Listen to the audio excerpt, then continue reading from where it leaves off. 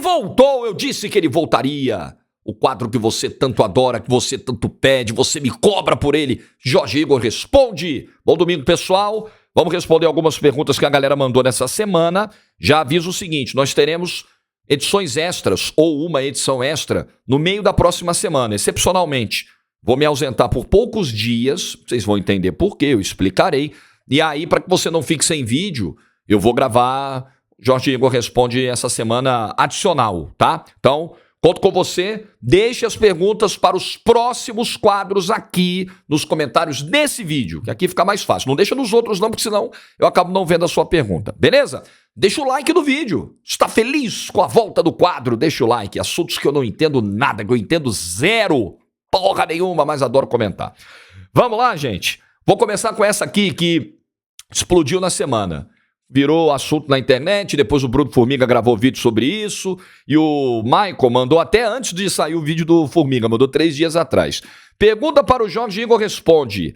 Em questão de carreira, quem foi maior, Di Maria ou Neymar? E se no futuro ambos serão lembrados como coadjuvantes nessa geração? Eu acho que mais o Di Maria na questão coadjuvante, começando a resposta pelo final. Porque, principalmente se a gente for olhar em termos de seleção, porque o Neymar é o Neymar da seleção brasileira, né? É o protagonista da seleção brasileira.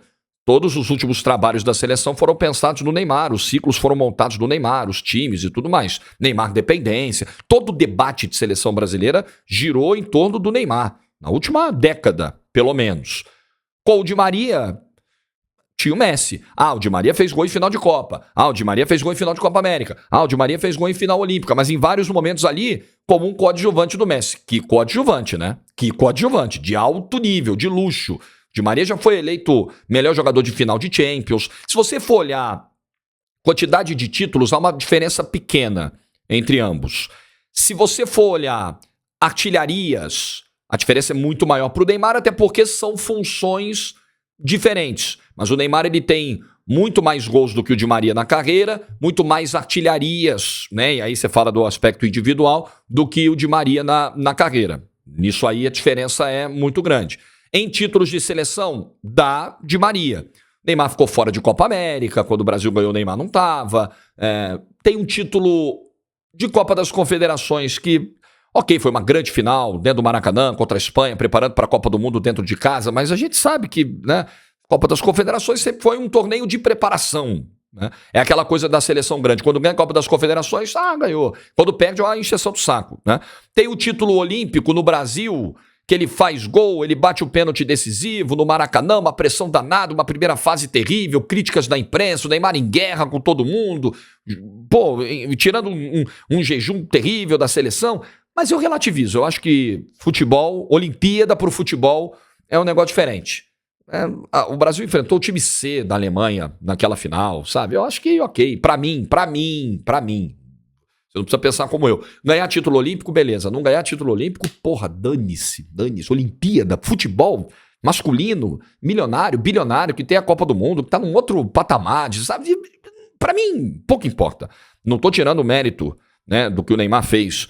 Só que medir a carreira do Neymar pelo título olímpico, tanto ganhando ou perdendo, nunca ganhou uma Olimpíada. Porra, dane-se. Ganhou a Olimpíada. Tá bom. Não ganhou uma Copa do Mundo com o Brasil ainda, que é algo que realmente importa. Eu acho que nessa discussão há quesitos onde eles são parecidos, mas tem algumas diferenças brutais. Tem a diferença de tamanho. A marca Neymar sempre foi maior que a marca Di Maria. Tem a diferença de desempenho. Tem a diferença de talento. 2 jogadores talentosíssimos, mas eu acho que não tem discussão que o Neymar está numa outra prateleira técnica em relação ao Di Maria. No aspecto individual, eu sei que são funções diferentes, mas citei aqui quantas artilharias tem o Neymar de diferentes competições. Neymar é campeão e artilheiro da Champions, campeão e artilheiro da Libertadores. Isso não é pouca coisa. O Neymar pega o Santos, que não ganhava a Libertadores desde a era Pelé, e dá um título de Libertadores para o Santos. O Neymar ficou 8 vezes no top 10 das eleições de melhor do mundo. O Di Maria nunca conseguiu isso. Então, assim, eu acho que em determinados aspectos você vai olhar, poxa, o Di Maria conseguiu coisas que o Neymar não conseguiu, principalmente o título da Copa do Mundo, é verdade. No global, ainda acho que é Neymar. Apesar de tudo, das lesões, das polêmicas, mas o Neymar, ele é uma figura maior do que o Di Maria Em termos de conquistas, há um equilíbrio, uma diferença de 2, 3 títulos. Se você pegar o desempenho do Neymar no Real Madrid, no Barcelona, o desempenho do Di Maria no Real Madrid, dá pau a pau. Se você for olhar do Paris Saint-Germain também, não dá tanta diferença, né? Se você for olhar Benfica, onde o Di Maria começa, Santos, onde o Neymar começa, o Neymar deixa um legado histórico para o Santos. É uma passagem muito mais impactante do que foi a do Di Maria lá atrás do Benfica, por exemplo. Eu acho que dá Neymar. Acho que o Neymar, ele se transformou em algo muito grande. A gente vai colocar o Neymar, a gente vai lembrar. Poxa, os maiores jogadores dos últimos 30 anos, quando a gente chegar em 2030. Os grandes nomes do século até aqui. Aí você vai falar do Messi, você vai falar do Cristiano Ronaldo. Aí você vai falar do Mbappé, você vai falar do Haaland, você vai falar do Neymar. E depois você vai falar do Di Maria. Em algum momento, dependendo do tamanho da lista, você vai falar do Di Maria. Eu acho que o Neymar, ele teve mais cara de protagonista do que o Di Maria em vários momentos da carreira. O Neymar é mais talentoso, o Neymar é maior como figura, o Neymar, ele é mais representativo para o futebol, o Neymar teve mais vezes em destaque também pelas suas atuações individuais e em alguns momentos foi tão coadjuvante quanto o Di Maria e tão bem como o Di Maria no papel de coadjuvante em alguns momentos. Eu sei que existe o fator Copa do Mundo que pesa demais na discussão a favor do Di Maria. Eu sei. Mas, por exemplo, o fator Copa do Mundo, ele decide uma discussão que é equilibrada, tipo Messi e Cristiano Ronaldo. A discussão Neymar e Di Maria, ela se torna equilibrada com a Copa do Mundo. Ela não nasce naturalmente equilibrada. Ela fica ali, porque o Di Maria com a Copa do Mundo, ele dá um salto ainda maior. Mas não passa disso. Não passa de apenas equilibrar a discussão com o Neymar. É como eu vejo, tá? Apesar de tudo, é Neymar. Pega o que representa o Neymar para o futebol, para os garotos, idolatria no mundo. São vários aspectos que a gente tem que considerar aqui. Vários pontos que a gente precisa considerar nessa discussão. Obrigado pela pergunta, meu velho.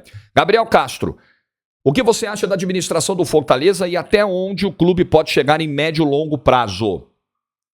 A administração do Fortaleza, ela é tão competente, tão exitosa, que o presidente do Fortaleza recebeu uma proposta milionária para ser CEO do Botafogo. E não topou, porque ele tem uma relação muito mais do que política, umbilical mesmo, com o Fortaleza, muito mais do que profissional, apaixonada pelo Fortaleza. O Marcelo Paz é um dos grandes dirigentes que temos no futebol brasileiro. Eu não tenho esse preconceito de esse negócio de ficar elogiando dirigente não presta, essa cartolagem. Não, o Marcelo Paz não é um cartola. Ele é um dirigente competente, que não gasta mais do que arrecada, que não expõe o seu clube ao ridículo, com declarações ou com negociações que não farão o menor sentido e que vão expor o clube ao risco de insolvência no futuro, traz resultados, dá tranquilidade para o treinador, investe na infraestrutura do clube, construção de CT e tudo mais, quer deixar um legado para o clube. E o Fortaleza hoje, quando você olha hoje o Fortaleza, se ele não tiver entre os 10 primeiros do Campeonato Brasileiro, você se surpreende hoje. O Fortaleza inverteu essa lógica. Ué, mas cadê o Fortaleza? O que aconteceu? Não, é um período momentâneo, já vai embalar, encaixar de novo e vai. Esse é o Fortaleza. O Fortaleza hoje ele é respeitado muito pelo trabalho do Marcelo Paz. Eu acho muito difícil o processo de transformação numa potência, porque obviamente que o Fortaleza está no Nordeste, que é uma região pobre do Brasil, que é uma região que não tem os mesmos investimentos que o Sudeste. É muito difícil competir com o futebol do Rio, de São Paulo, com marcas que já são gigantes, consolidadas, que tem muita torcida, até mesmo no estado onde está o Fortaleza. O Fortaleza ele compete com um rival local, o Ceará, e com os times de São Paulo e do Rio. No âmbito local ali é complicado, mas o Fortaleza tem um time, tem uma torcida de massa na capital, no estado e em alguns outros pontos da região Nordeste. É uma torcida que lota o estádio, é presente, é participativa, é um clube bem gerido, bem tocado. É um clube modelo hoje para o futebol brasileiro. Quer fazer muito com pouco? Olha o que o Fortaleza faz, olha o que o Marcelo Paz fez, e isso não ruiu até agora. Fortaleza parece ter um ambiente político, eu estou distante, tá, gente? Eu posso estar traçando aqui, emitindo um diagnóstico não tão preciso, mas a minha impressão é de que é um clube também que tem um ambiente político pacificado. Isso é importante, não é a inexistência de oposição, mas é um ambiente político onde você tenha acompanhamento, onde você tenha fiscalização, mas que a coisa seja sempre em prol do clube, sempre pelo bem do clube e longe de interesses pessoais. Repito, é uma impressão distante do dia a dia que eu tenho aqui em São Paulo, a mais de 3 mil quilômetros de distância. Então, a minha sensação é de que o Fortaleza, no médio e longo prazo, onde ele pode chegar? Pergunta do Gabriel. Eu acho que o Fortaleza ele pode chegar em algum título de mata-mata nacional ou até mesmo nacional no médio e longo prazo, é possível pensar num Fortaleza campeão da Sul-Americana, talvez nesse ano, num Fortaleza campeão de Copa do Brasil, indo além das conquistas estaduais e regionais, acho muito possível. Acho que o Fortaleza, o grande objetivo é se manter na primeira divisão, nesse bloco de primeira divisão por muito tempo, por 10, 15 anos, arrecadar com isso, né, continuar investindo na sua infraestrutura, continuar fechando no azul, continuar fazendo essa roda girar. Esse tem que ser o grande objetivo. Eu acho que o Fortaleza ele pode, inclusive, se tornar, no médio e longo prazo, o maior clube da região Nordeste. Hoje ele tem a concorrência do Bahia, hoje ele tem a concorrência do Sport, que são marcas presentes no âmbito nacional, na primeira divisão há mais tempo, com conquistas nacionais e tudo mais. Eu acho que o Fortaleza pode seguir caminhando para essa direção de, num futuro, se tornar a grande marca do futebol nordestino. Eu, inclusive, apostaria nisso, no trabalho do Marcelo Paz e nos que virão sucedê-lo no futuro, de que o Fortaleza tem as condições para chegar lá. E fico muito feliz de ter visto isso de perto, de ter narrado grandes momentos do Fortaleza, de ter visto todo o sofrimento que o time passou e a superação desse sofrimento. Dá prazer ver a história do Fortaleza, uma história muito bonita, e ter narrado, ter contado e continuar contando em alguma medida essa história de recuperação do Leão é um negócio que me preenche, me satisfaz bastante. Obrigado, viu, Gabriel? Na mesma linha, o Isaías Lopes perguntando sobre o futebol nordestino. Aliás, o pessoal me cobra muito, né? Poxa, você não fala do futebol do Nordeste? Vocês têm razão. Jorge, você acha que se a Liga Nordeste conseguisse um grande investidor, a Copa do Nordeste poderia se concretizar como terceira maior e melhor competição, campeonato do Brasil, atrás somente do Brasileirão e da Copa do Brasil? Eu acho, Isaías, e aí eu vou dizer um negócio, talvez eu seja suspeito para falar, mas é como eu vejo. Eu acho que o período de cobertura do antigo esporte interativo na Copa do Nordeste foi fundamental para o crescimento da competição, para a popularização da marca, assim, o tratamento que o esporte interativo dava à Copa do Nordeste ajudou muito nisso. A Copa do Nordeste, um evento muito atrativo para a região, você tem clubes de massa, você tem o Santa Cruz, o Sport, o Bahia, o Vitória, o Ceará, o Fortaleza, o CRB, o CSA, o América, o ABC, esses clubes são enormes. Você estimular essa rivalidade no âmbito regional é muito importante, né? Bahia com Pernambuco, Ceará com o Rio Grande do Norte, Paraíba com Alagoas. É muito importante você ter essa chama sempre acesa e ter um grande investidor, claro que ajuda nisso, né? Uma grande marca, uma grande empresa internacional, um fundo, né? Comprando, né, os direitos de exploração da marca. A marca é muito forte e ela precisa ser bem explorada midiaticamente. Eu acho que num passado não tão distante, a marca Copa do Nordeste foi melhor explorada no âmbito nacional.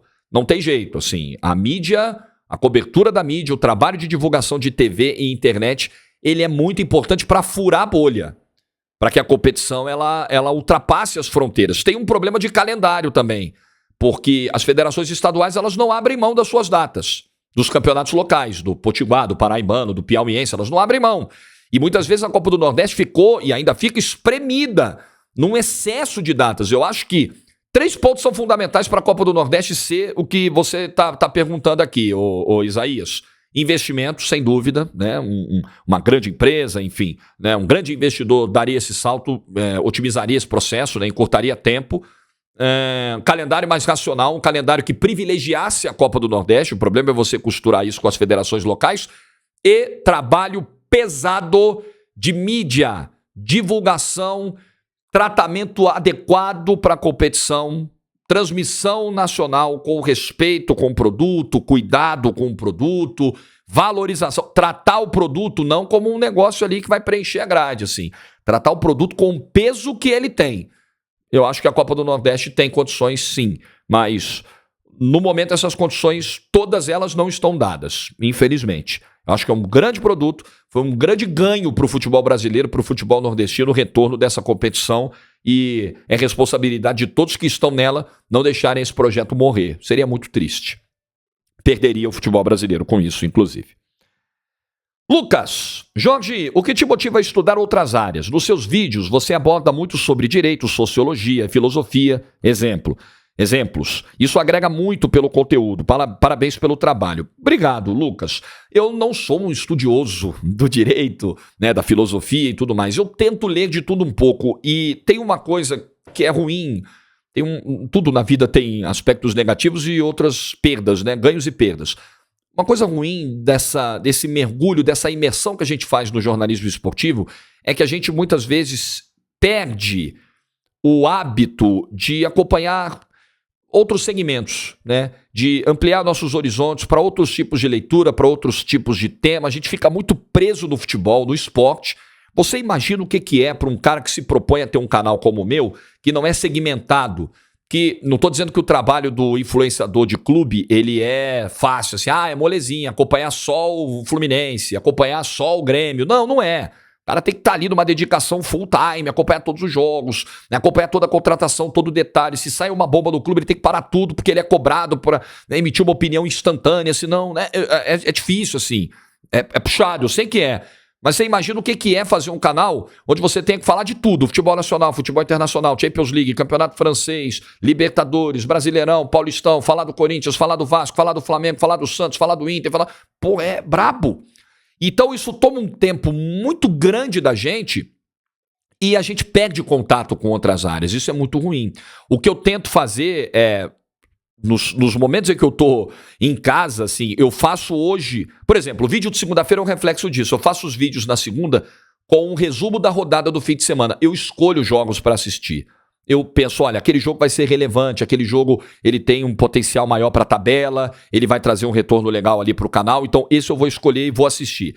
Tem um jogo logo depois, eu não vou falar desse jogo. Eu vou tirar um tempo aqui para voltar a me olhar para outra coisa.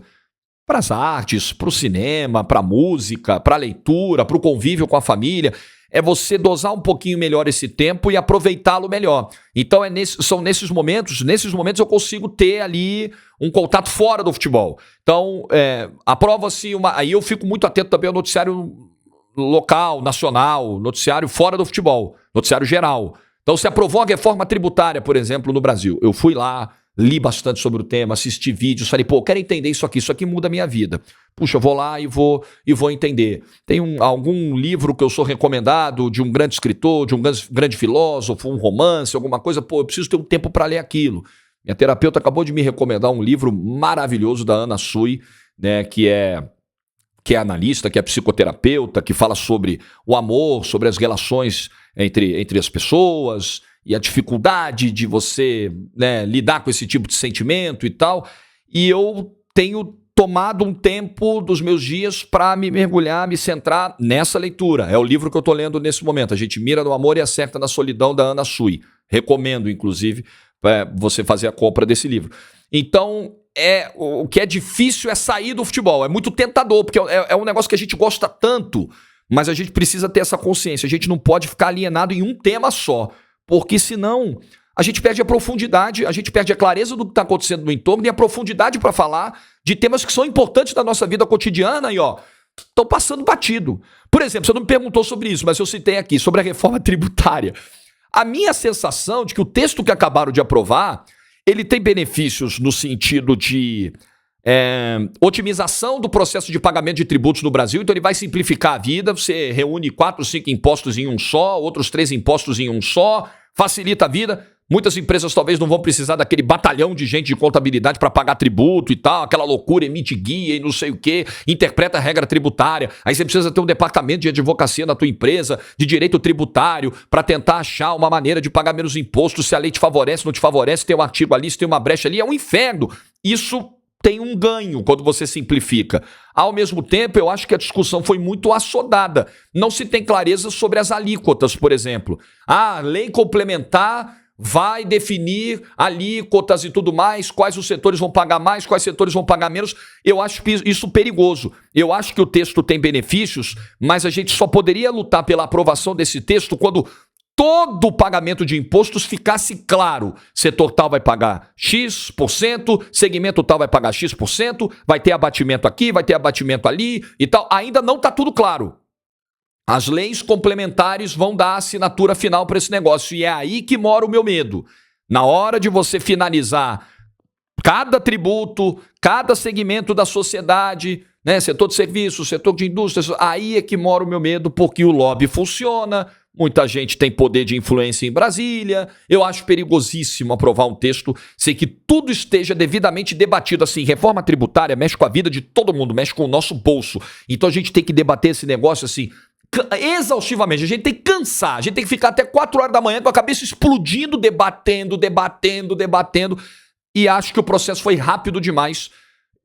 Não que a gente não esteja discutindo isso há muito tempo. Quantos governos passaram, quantos projetos de reforma tributária foram enviados e nunca se sai do lugar. Era preciso dar um passo. Mas não tem jeito, assim, não tem como aprovar uma reforma tributária que dê segurança ao contribuinte brasileiro sem que a gente passe, assim, muito tempo discutindo, até a cabeça estourar mesmo, e acho que faltou isso em alguns aspectos dessa reforma. Então, por exemplo, é um negócio do qual me debrucei, eu li muita gente, ouvi deputados, ouvi tributaristas, fui atrás de comentaristas, fui ler, fui ver vídeos.